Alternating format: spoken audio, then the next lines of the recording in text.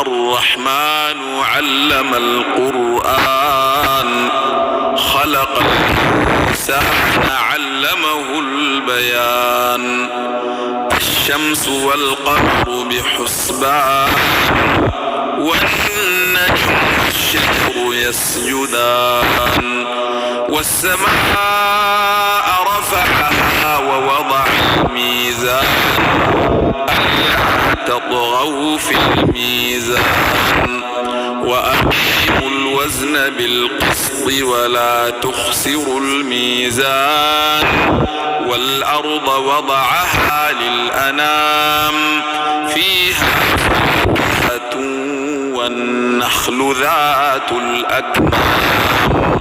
والحب ذو العصف والريحان فبأي آلاء ربكما تكذبان خلق الإنسان من صلصال كالفخار وخلق الجان من مارج من نار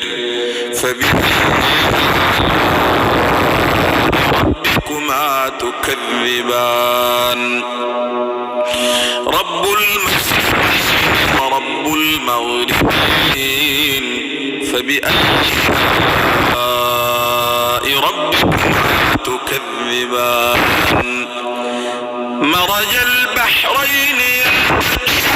بينهما برزخ فبأي آلاء ربكما تكذبان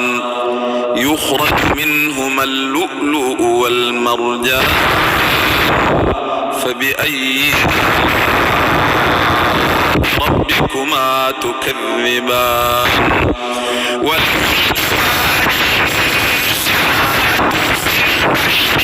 والأعلام فبأي آلاء ربكما تكذبان كل من عليها فان وربك ذو الجلال والإكرام فبأي آلاء ربكما تكذبان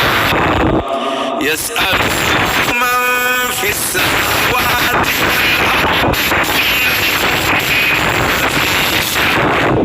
فبأي آلاء ربكما تكذبان سنفرغكم أيها الثقلان فبأي آلاء ربكما تكذبان معشر الجن والإنس إن استطعتم أن تنفذوا من أقطار السماوات والأرض فانفذوا لا تنفذون إلا بسلطان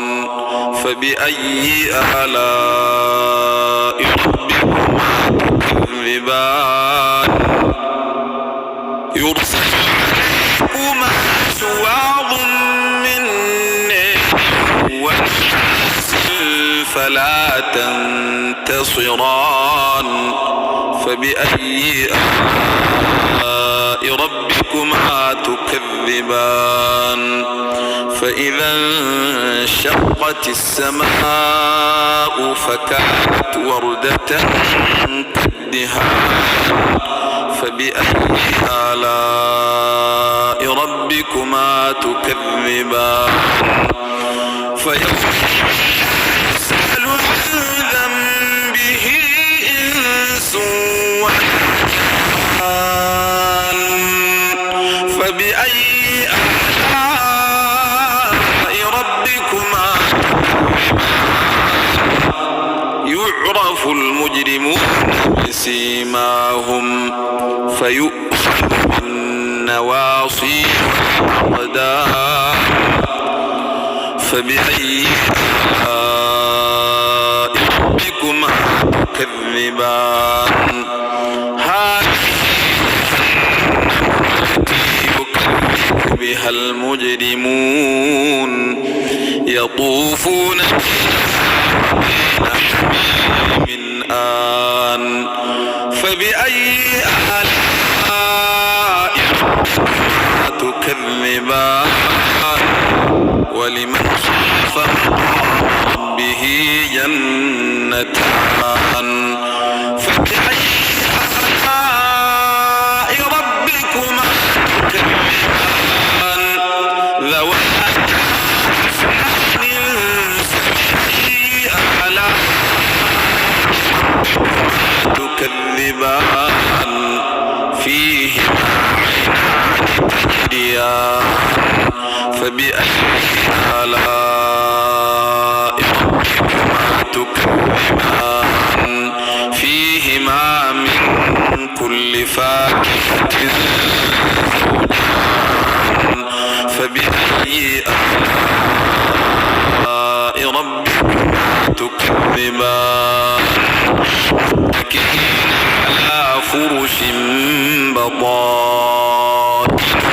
من استبرق وجنى الجنتين دان فبأي آلاء ربكما تكذبان فيهن قاصرات الطرف لم يطمثهن إنس قبلهم ولا جان فبأي